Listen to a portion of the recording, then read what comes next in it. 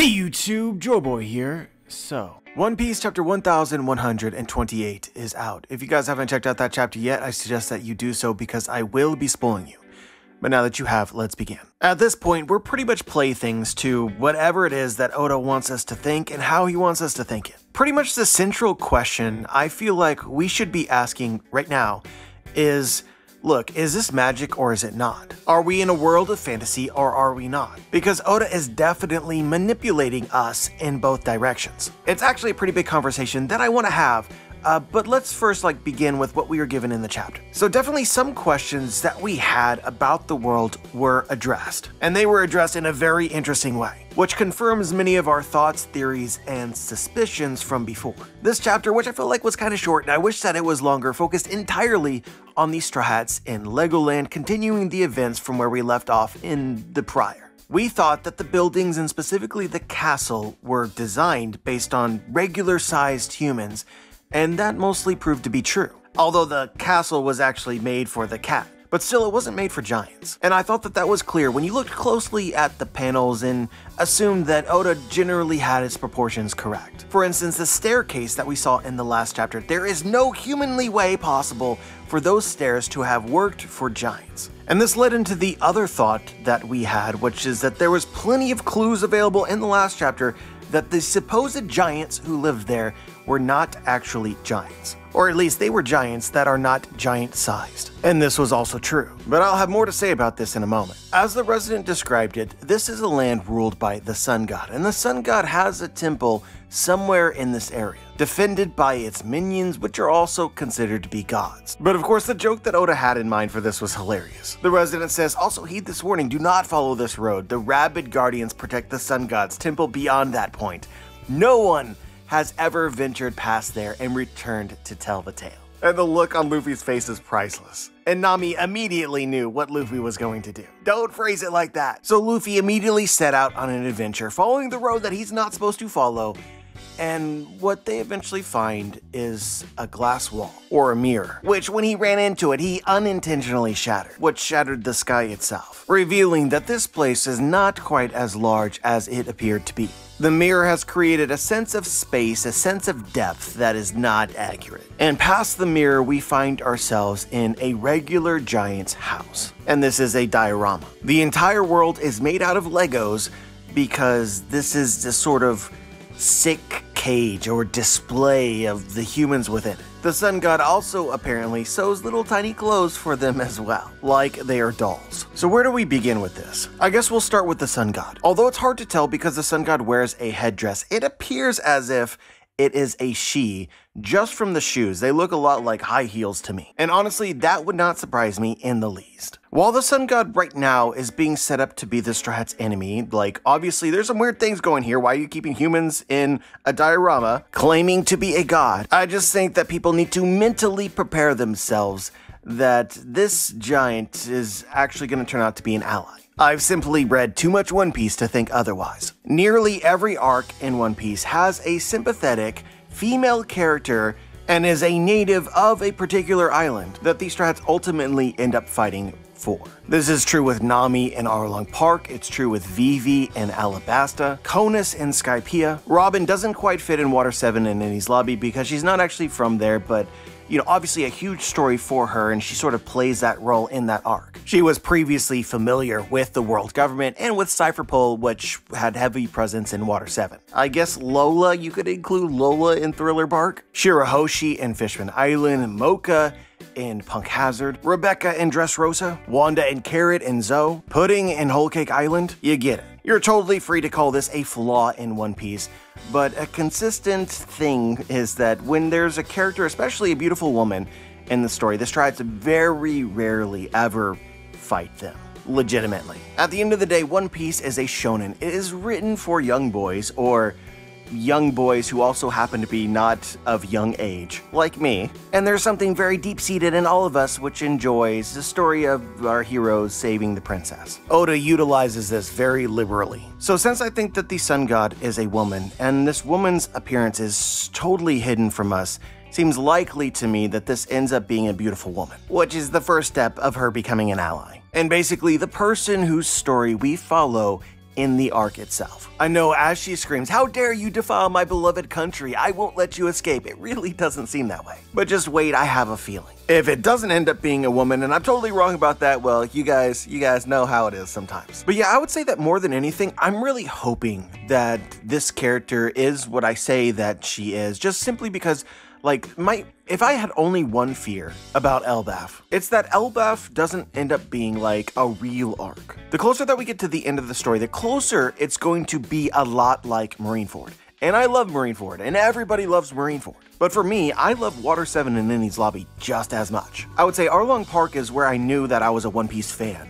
And then Water 7 and Enies Lobby is the arc that I knew that I had to be reading One Piece weekly. And the honest truth is that after Water 7 and Enies Lobby, my hope was for every arc after that it would measure up to that. So if Marineford is like this climactic battle, which includes characters that are related to the various arcs that we had up until that point in time, the other arcs in the story of One Piece are more adventure to me. Like, every island has its own adventure. And I love that just as much. And that definitely includes the arc-specific characters and their local struggles, and what Oda eventually comes up with that storyline. In a way, and the way that I see it right now, is Elbaf is kind of positioned here as the final arc of this type. At least, I hope so. Certainly, it seems like the last opportunity. So I can't help but to think that One Piece has more than one ending, because this arc might be the end of essentially the type of arc which I fell in love with, more plot-centric. So just to illustrate a point and show off my ability to make up shit, because boy, am I good at making up shit. What do we know about Elbaf right now? What kind of stories can we imagine? We know that Loki, the prince or the king of the giants, was supposed to marry a member of the Big Mom family. He was supposed to marry Chiffon. So a giant was supposed to marry a human. That's an unusual arrangement, to say the least. You would think in any normal kingdom that Loki, the prince of the giants, would be betrothed to some other giant in Elbaf. Because, I don't know, that's like the best way to carry on your lineage? So this alone has the potential to create conflict within Elbaf. An argument can be made that Loki, the prince, is in love with humans, and not with his fellow giants, or else he would likely have already been married. And boom, we have created our sun god character. She was the person that Loki was supposed to marry, but spurned, in favor of Chiffon, a human. Because of this, she harbors resentment for and interest in humans. What about them does Loki like and not her? She's a strong giant, and these are puny little weak humans. So half maliciously, she captures them and then puts them in a diorama so that she can observe them, becoming the sun god and treating them like dolls to convey her sense of superiority over them. And at the same time, the Straw arrive and kind of prove a point. Personally, I think that there's a lot of potential here already set up for there to be like a general conflict between giants and humans. A question that not a lot of people ask is that Elbaf is the land of giants, and it seems kind of separated from the rest of the world and not a place that humans normally inhabit. Mother Carmel was an exception. Perhaps there is a reason for this. And all of this really does fit well with the core themes of the story. What does Luffy ultimately do? In every arc, every place that he visits, he makes friends and he brings people together. There is so much potential in the little details, such as we know that Luffy is basically the sun god, but Luffy is also a human. How do the giants react to the sun god being a human? That could be a thing. Our impression of the giants right now is almost exclusively from the giant warrior pirates who leave Elbaf and adventure the world. But most of the giants just remain in Elbaf. They could have a different perspective. And because of this, you could have conflict, which is a necessary ingredient in any adventure arc. The story could be something like this, it could be nothing like this, but it's just like to convey how the beginning of arcs like this excite me. There's a lot of creativity that goes into it, and just frankly, I want to know what Oda is actually cooking. But let's get back to the chapter itself, and let's get a little bit more conspiratorial. I began this review with basically a question of, is like the things that we saw previously, is it magic?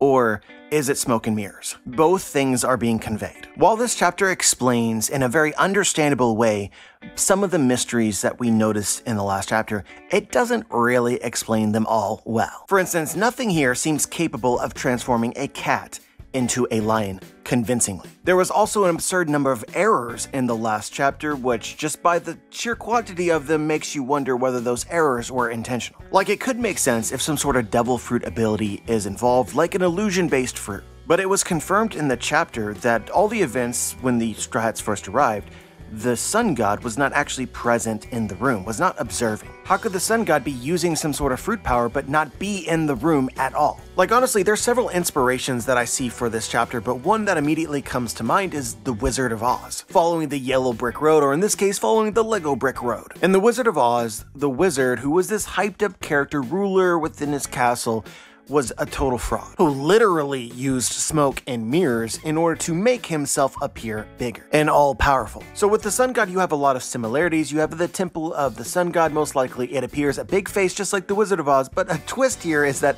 this is actually a giant. No tricks being played as far as we are aware. In fact, the only tricks occur when the sun god is not present. So while it's like the Wizard of Oz, it's also exactly opposite of the Wizard of Oz. The giant may not be the sun god, but her power is real, and it's hard to imagine that she's the one casting these illusions. I'm sure that if you use your imagination, you might be able to find some way that a devil fruit might fit, like an awakening, particular awakening to this area. Maybe the cat itself had the fruit, so on and so forth, but none of this seems really great to me. While the reveal in this chapter with the sun god and the room was great, I think that it's still underwhelming to sort of contradict this feeling of magic that we began Elbaf with. This is kind of like the fundamental DNA difference between the Wizard of Oz and the story of One Piece. That was kind of the moral of the Wizard of Oz, is at the end of the journey, you know, it's like not quite as magical as you thought. It was the friends that we made along the way. And so it's fitting then that Oda does not talk about the One Piece treasure often, for good reason, because it's important to the story, but he was asked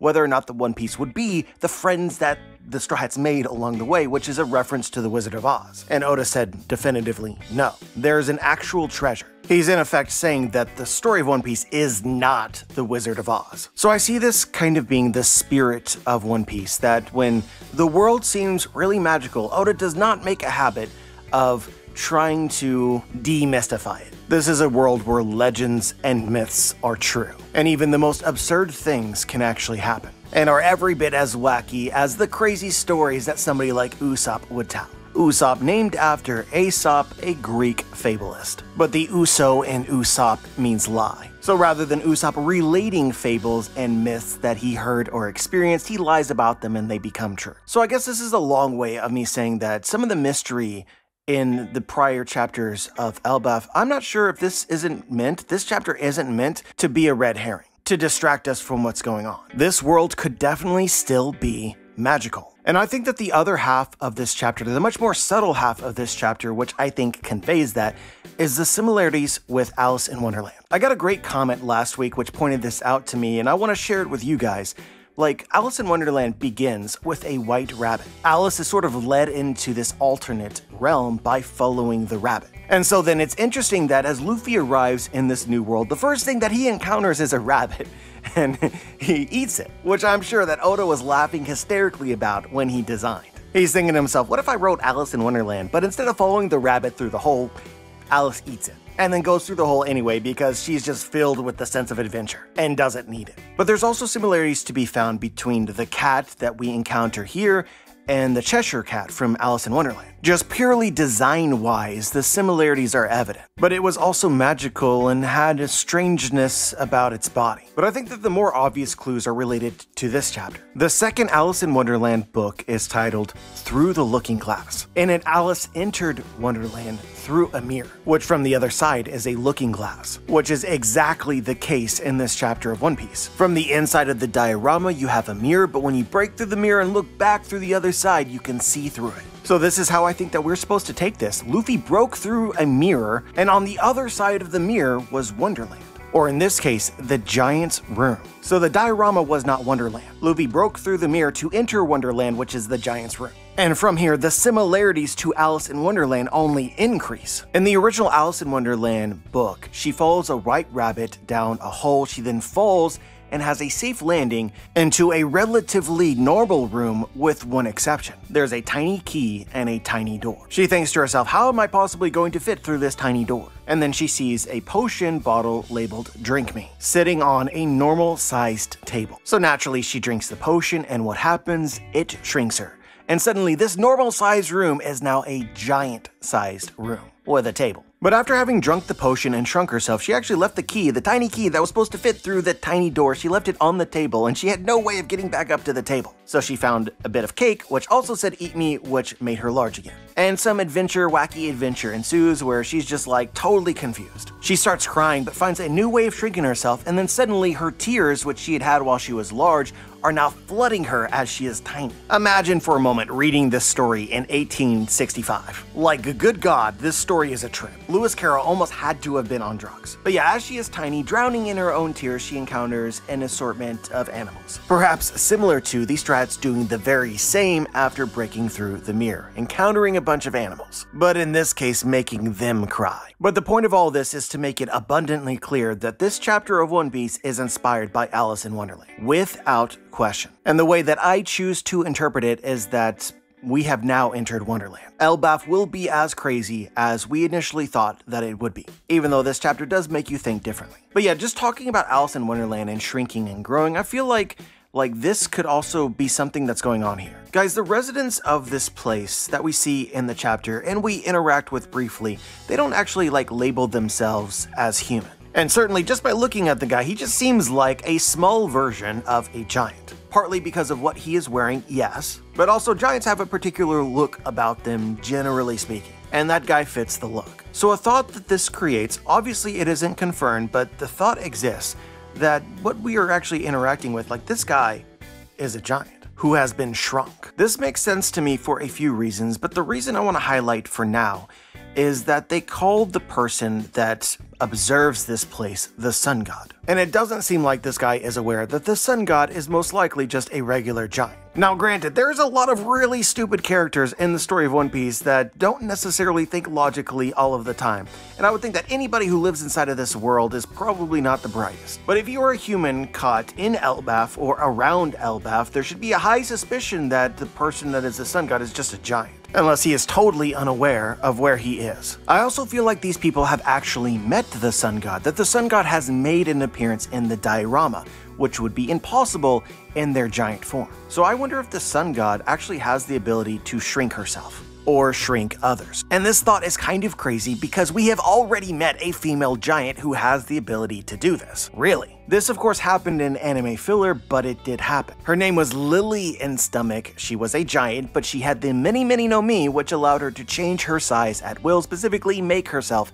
very tiny. I'm legitimately wondering whether Oda took inspiration from anime filler, or it's just straight up gonna canonize this character from the filler. Maybe this second thing isn't all that likely, but let me know if you think that shrinking powers here would be absurd, because it would definitely work with everything going on with Alice in Wonderland. But yeah, I know that we're at this point way out there in the realm of this is absolutely not going to happen, but the thing that excites me about this, honestly, the thought in my brain that's I want this to happen, is if you make friends with this character some way, somehow, however it happens, right, and they might have the ability to shrink or grow themselves or others, then they could make the Strat crew appear like giants, so they properly fit in this world, which I would want oh so badly. And hey, even Nami brings up the idea of giantification in Elbaf. She brings that up. And we didn't mention this up until this point, but all of this kind of interrelates with the title of this chapter, which is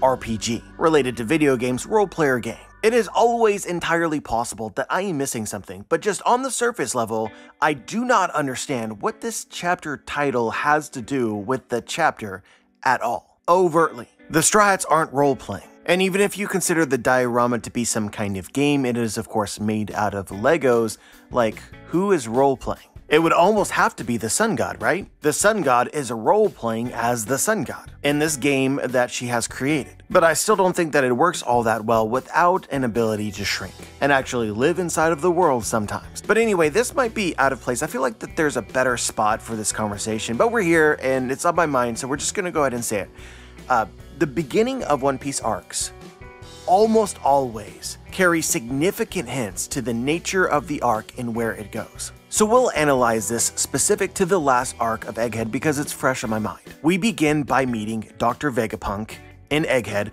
but Dr. Vegapunk is not as you would expect Dr. Vegapunk to be. It's Lilith, one of Vegapunk's alters. But the immediate impression that we're given is that Dr. Vegapunk is a young woman who speaks like an old man. And in retrospect, this directly relates to the end of the arc, where the Stella Vegapunk has died, but Vegapunk is not dead, because Lilith was Vegapunk. Do you guys understand what I'm saying? Oda does this all the time, where the initial thought that you have is actually the correct thought. When we initially meet Lilith, we think, wow, this is Dr. Vegapunk. And then Oda takes us through this journey of, well, this isn't actually Dr. Vegapunk, this is just one of Vegapunk's alters. And then by the end, the Stella has died, and now Lilith is, as far as the world will care going forward, is Vegapunk. But yeah, there's all sorts of this stuff just like packed into the beginning of Egghead. When we first meet Bonnie, she's in this like water egg thing. It gets cracked open and a child emerges from it. We learn later in the arc that Bonnie is actually a child, so that was her real form. But at the same time, don't think it a coincidence that we literally began this arc with a weird water phenomenon. And then the big reveal about the Void Sentry at the end of the arc had to do with flooding. Weather manipulation was brought up as a concept at the very beginning of Egghead. A few chapters after this, when we officially get to meet the Stella Vegapunk, he's very quick to explain to us his dreams and ambitions. And a lot of it has to do with the nature of energy and what powered the ancient giant robot. All of this was set up as a reveal for the power of Nika. But yeah, I could really go on all day, and I don't know if that would just bore you, but like think about one of the initial reveals in Egghead is about Vegapunk, the nature of Vegapunk and his alters, which ended up being foreshadowing to the nature of the Gorosei and Imu, as they appeared later in the arc. But yeah, I suppose on the most macro scale that you can think of, Egghead was an island of science. That was the impression that we began with, and that relates to practically everything that happened. So all of this just serves as a reminder that most likely the beginning of Elbaf and the chapters that we are reading right now are jam-packed with clues about where we're eventually going to go. Specifically, thematically, plot-wise, anything and everything. But never forget the initial impression that we got as we arrived. This will be an arc of fantasy. Kind of like Egghead and science, I think that will relate to everything that happens, in one way or another. So heading into more small observations, I think that it's interesting that the Sun God, I believe, has essentially recreated Elbaf in diorama form. Like she took the time to make little Viking clothes, little Elbaf clothes for the Straw Hats. The diorama is meant to represent Elbaf. On this note, the tree that we saw in the diorama Yggdrasil is obviously not real, but I think that in Elbaf, in actual Elbaf, we will find that this tree does exist. But yeah, the question is why? Why recreate a small-scale version of Elbaf? And the answer that I've come to is that this is the fantasy of the Sun God. Guys, we already know that Elbaf is supposed to be a war-torn country, but the small-scale version is peaceful. At least it was before the Straw Hats. They even freak out at just a fire being near the tree Yggdrasil. I think that this probably relates to the actual country of Elbaf. The tree Yggdrasil is in danger, and you should just mentally prepare yourself that there might be a theme of deforestation in this arc. Something that's common in Japan. They're very nature-based society. You can just reference all the Ghibli films. It would not shock me. But probably the most crucial difference between this diorama and the actual Elbaf is that the diorama has a real sun god. Luffy is the sun god, so Elbaf will not have this. So I think and hope that that explains why I believe that this diorama might be the version of Elbaf that the sun god desires, but is not real, at least not yet. I'm telling you guys, this is how Oda writes his stories. You begin at the beginning of the arc with the Straw Hats destroying the paradise that this giant wishes for and imagines to be true. We then conclude the arc with these Straw Hats creating what she always wanted in reality. These Straw Hats turn dreams into reality. As always, we could be wrong about anything, but this stands out to me right now as very likely. It's even insanely clever if you look at the small sound bites, the small dialogue bits that we got at the start of Elbaf. Nami and Usopp questioning, is this a dream?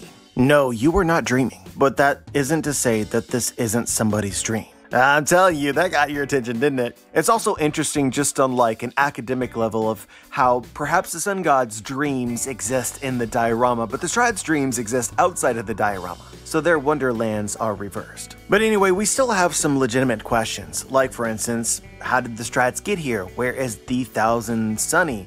All of these things, like, is this the Sun God responsible for this? I mean, I would guess so, but I'm also not entirely sold that that's the case either. All of that remains fascinating. We also got to meet Chopper in this chapter. A lot of people pointed out that Chopper was missing from both the group that stayed with the Giants of Elbaf that we are familiar with and the Straw Hats that are here in the diorama. Like, where did Chopper go? We find him and he was actually not included in the diorama and apparently was chained outside of it. The only thing that stands out to me as a reason for why this is the case is that Chopper is an animal. And kind of like how the animals have importance in the diorama, they're all considered to be gods, and we're speculating that this is a version of Elbaf, like a dream version of Elbaf, right? I think that that element of animals being gods is actually going to relate back to the actual Elbaf. And overall, I'm just kind of convinced at this point in time that being an animal or animals in general are important. Basically, what I'm saying is that Chopper being included in the diorama broke the sun god's fantasy, broke her immersion, which is why Chopper could not be included. But I think that this also sets up Chopper to potentially have an important role when we get to the larger Elbaf, because he is an animal. But this could also be reversed just as easily, like for whatever reason, the sun god just dislikes Chopper because Chopper is a reindeer. The sun god is wearing a headdress of a deer. I'm just saying. Or does this potentially imply that the sun god thinks that deers are associated with being the sun god? You have to admit that it makes some sense that the sun god thinks that wearing a deer headdress makes her appear like the sun god, which associates the sun god with deer. Like, as just an example, you can compare her appearance to the priests of Shandia. The priests of Shandia also wore animal headdresses. I feel like something might be here. But yeah, I think that's everything that I had to say. We're left at the end of the chapter with Nami finding a map of the block country, and I assume that the plan is to find some sort of alternate exit. Not the front door, but the back door through the diorama. Don't be surprised if it is a tiny door. That is my understanding of what's happening. So I'm curious if they're actually going to escape from the sun god before we actually resolve whatever has occurred here. Which I'm not against, but would prolong any sort of confirmation of the things that we've said in this video. You guys know how it is. But yeah, it goes without saying that this was another incredible chapter of One Piece, and the beginning of Elbaf is setting up to be one of my favorites. But as always, I'm curious as to what you think, whether you noticed something from the chapter that I might have missed. Just share your thoughts. If you're curious, you can check out my book, The Booms. Link is in the description. Like the video, subscribe, click the bell to be notified, join the squad, and as always guys, have a wonderful day.